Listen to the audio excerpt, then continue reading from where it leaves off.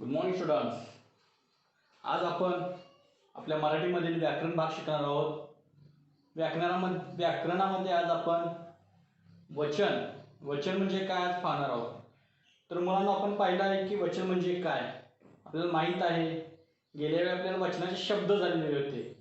वचन बदलावून शब्द झालेले होते, जसे आंबा, आंबे, फळ, फळे.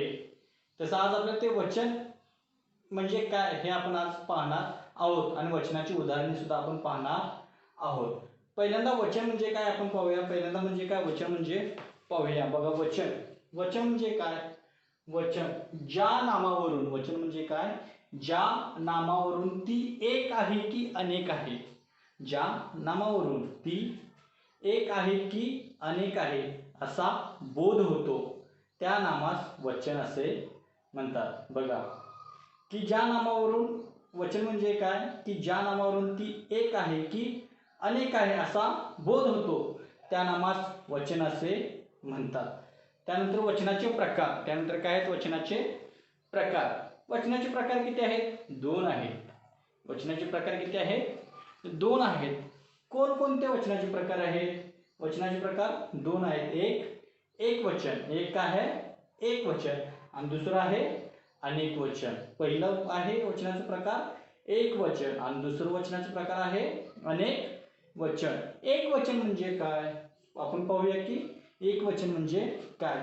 एक वचन म्हणजे ज्या नामावरून, एक वचन म्हणजे ज्या नामावरून संख्या एक आहे असा बोध होतो. ज्या नामावरून संख्या किती आहे? एकच आहे. ज्या नामावरून संख्या एकच आहे. ज्या नामावरून संख्या एकच आहे असा बोध होतो. ज्या नामावरून संख्या एकच आहे असा बोध होतो त्या नामास एकवचन असे म्हणतात.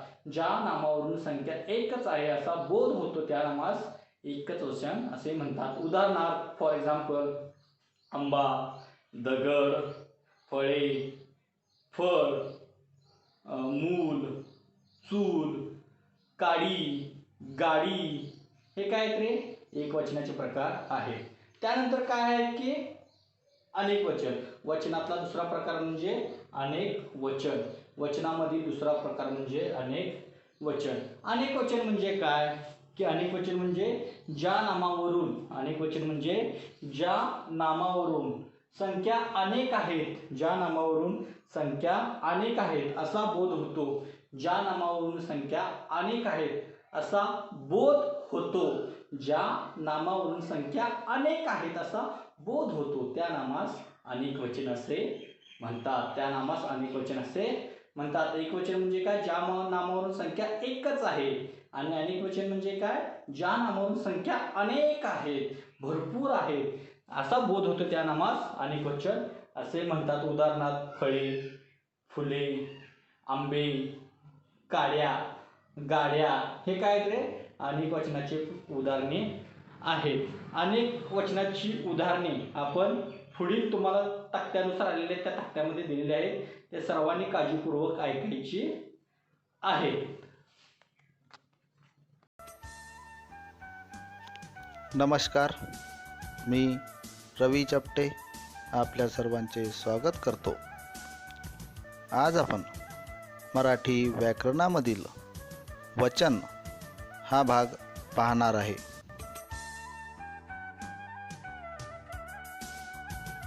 सर्वप्रथम वचन म्हणजे काय ते आपण पाहूया. वस्तू एक आहे की अनेक आहेत हे ज्यावरून कळते त्याला वचन असे म्हणतात. उदाहरणार्थ पहा, गाय, गाई, गोष्ट, गोष्टी, घर, घरे इत्यादी. त्यामध्ये गाय हा शब्द म्हटला तर एक गाय आहे. गाई हा शब्द म्हटला तर अनेक गायी आहेत. गोष्ट या शब्दामध्ये एक गोष्ट आहे आणि गोष्टी यामध्ये अनेक गोष्टी आहेत. घर हा शब्द म्हटला तर एक घर होईल आणि घरे म्हटलं तर अनेक घर होईल हे यावरून आपल्या लक्षात येते. मराठीत वचनाचे दोन प्रकार पडतात. त्यातील पहिला प्रकार म्हणजे एक वचन आणि दुसरा प्रकार म्हणजे अनेक वचन. एक वचनावरून आपल्याला एका वस्तूचा बोध होतो, तर अनेक वचनावरून अनेक वस्तूंचा आपल्याला बोध होतो. एक वचन म्हणजे काय?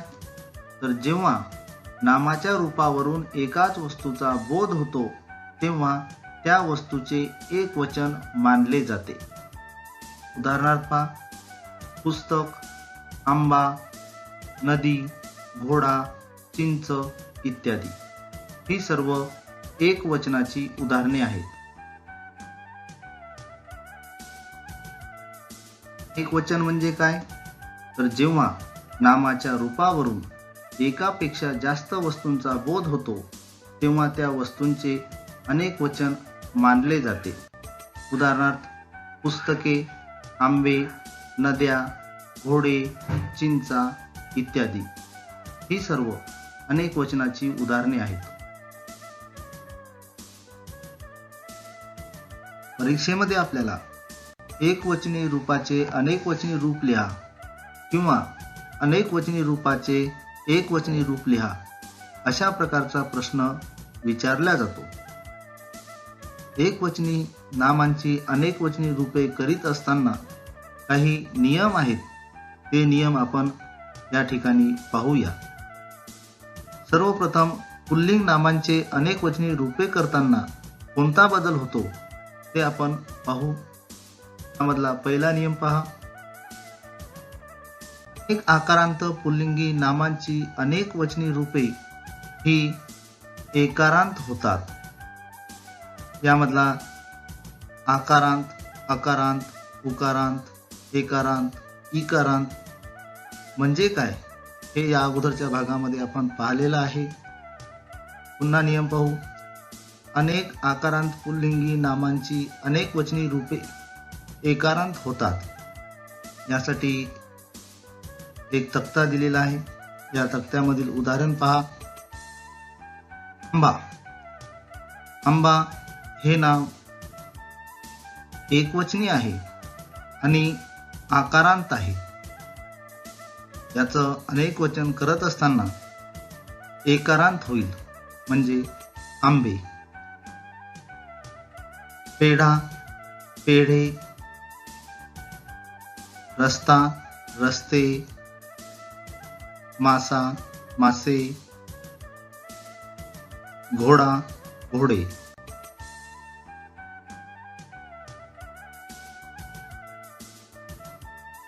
दुसरा नियम आपण या ठिकाणी पाहूया. काही आकारांत पुल्लिंगी नामांची आणि विशेष करून ते नाम आदरार्थी बहुवचन असेल अशा नामांची एकवचनी आणि अनेकवचनी रूपे ही सारखीच असतात. यासाठी उदाहरण पाहूया. काका, काका, दादा, दादा, मामा, मामा, बाबा, बाबा, आबा, आबा. ही आदरार्थी बहुवचन नामे एकवचनामध्ये आणि अनेकवचनामध्ये सारखीच आहेत.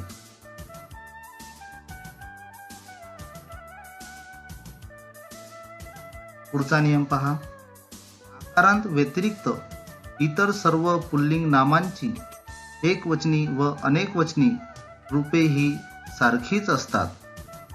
त्यामध्ये उदाहरण आपण पाहूया. देव, देव, पक्षी, पक्षी, फोटो, फोटो, खडू, खडू, कवी, कवी.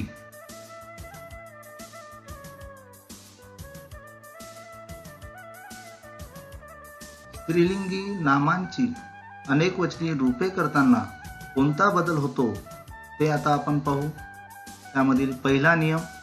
काही आकारांत स्त्रीलिंगी नामांची अनेकवचनी रूपे ही आकारांत होतात. त्यासाठी तक्ता पहा. तक्त्यात उदाहरण दिलेले आहेत. सुख हा आकारांत एकवचनी शब्द आहे आणि याचं अनेक वचन करत असताना ते आकारांत होईल, म्हणजेच सुख सुका. वेळ वेळा, सून सुना, वीट विटा, चिंच चिंचा.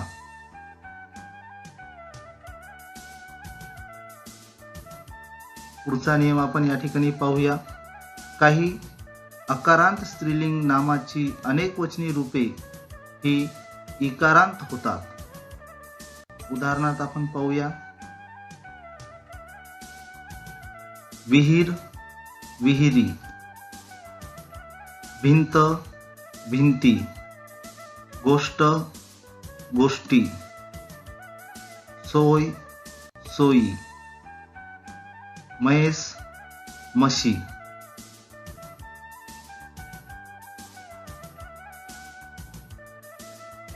पुढचा नियम पहा.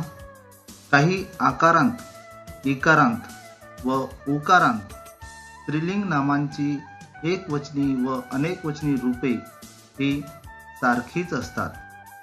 त्यामध्ये उदाहरण पहा. कला कला, विद्यार्थी विद्यार्थी, बाजू बाजू, पूजा पूजा, वधू वधू. हे सर्व शब्द एक वचन आणि अनेक वचनामध्ये सारखेच आहेत.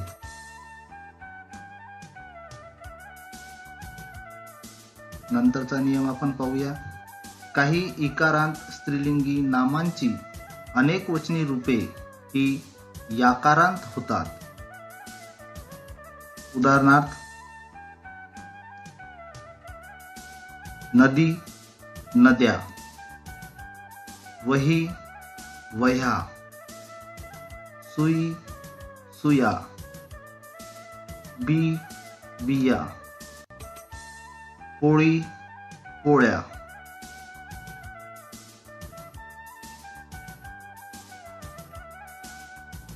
पुढचा नियम आपण पाहूया.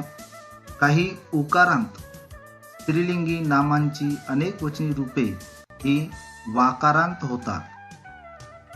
यासाठीचे उदाहरण पहा. जाऊ जावा, सासू सासवा, पिसू पिसवा, उवा.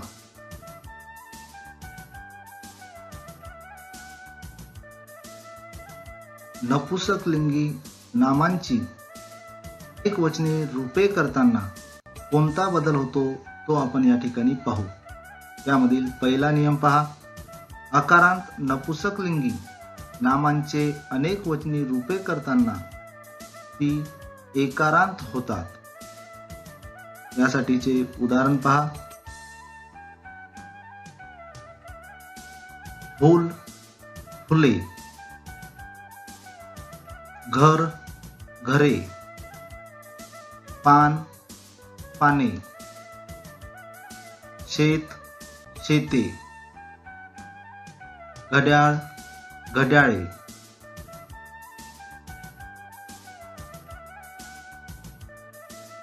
यामधला दुसरा नियम आपण पाहूया. उकारांत नपुसकलिंगी नामांची अनेक वचनी रूपे ही एकारांत होतात. उदाहरण पहा. पाखरू पाखरे, लिंबू लिंबे, वासरू वासरे, लेकरू लेकरे, रताळू रताळे.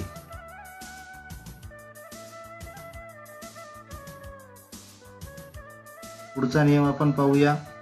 एकारांत नपुसकलिंगी नामाची अनेक वचनी रूपे ही इकारांत होतात.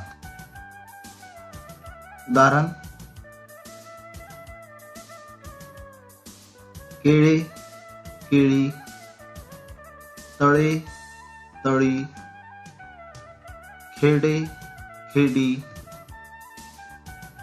गाणे, गाणी, मडके, मडकी. या भागामध्ये आपण वचन म्हणजे काय, वचनाचे एक वचन आणि अनेक वचन हे दोन प्रकार, त्याचबरोबर पुल्लिंग नामांचे अनेक वचनी रूपे, स्त्रीलिंग नामांची अनेक वचनी रूपे आणि नपुंसकलिंगी नामांची अनेक वचनी रूपे करतानाचे नियम पाहिलेले आहेत. धन्यवाद.